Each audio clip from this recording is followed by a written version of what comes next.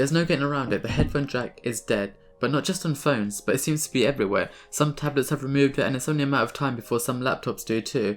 Now, we're still in a sort of intermediate stage where some of us still have our existing pair of wired earphones and headphones, and we still want to use these, and we don't want to upgrade for one of many reasons. And it could be because the Bluetooth equivalent is quite expensive, or your existing pair is just good and doesn't have a need to upgrade apart from the fact that your phone only has Bluetooth and doesn't have the headphone jack anymore. Or it may be that you miss the days of having disposable earphones, and by that I mean going to the local shop and just buying a really cheap pair that you don't mind if you lose it or not because you're clumsy or for any other reason. But you simply cannot buy a cheap pair or a disposable pair of Bluetooth earphones because they're just a lot more expensive. Any decent pair of earphones or headphones which are Bluetooth are going to set you back anywhere from $100 to maybe even $400 depending on what set you get, and that may be a major reason for you not to want to upgrade. But here's a cheap way that you can turn any existing headphone into a Bluetooth headphone so it can be used with any device.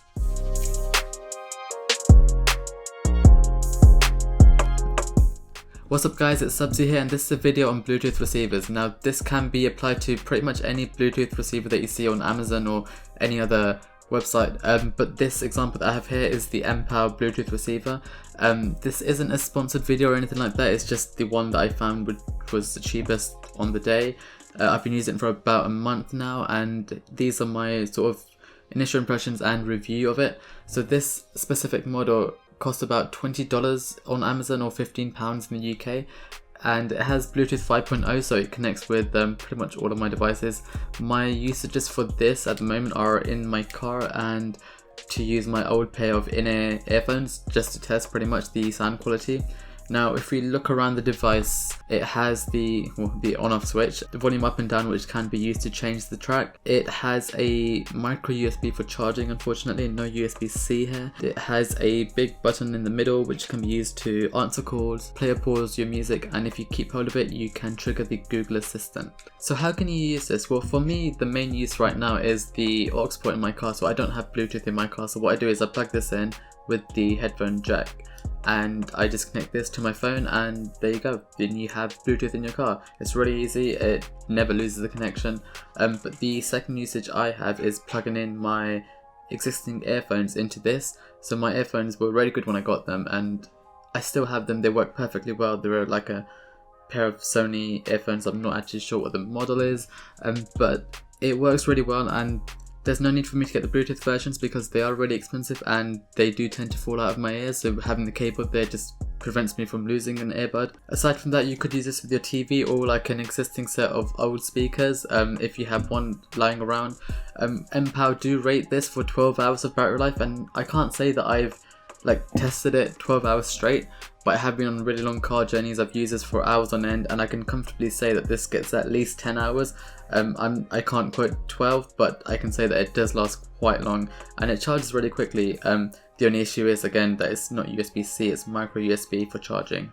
The DAC in this does seem pretty good.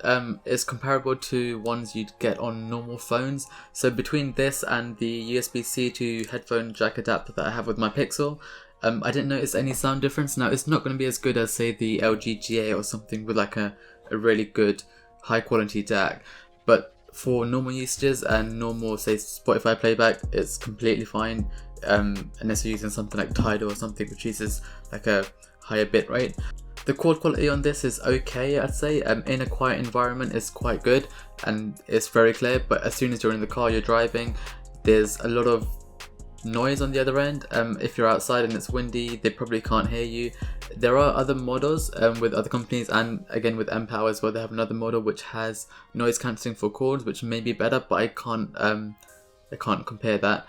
So what are the drawbacks with this? Well, the main one for me at the moment is that there's no USB-C, so I have to carry around a micro USB charger, which isn't too bad because it does last quite long, so I don't always have to have it in my bag.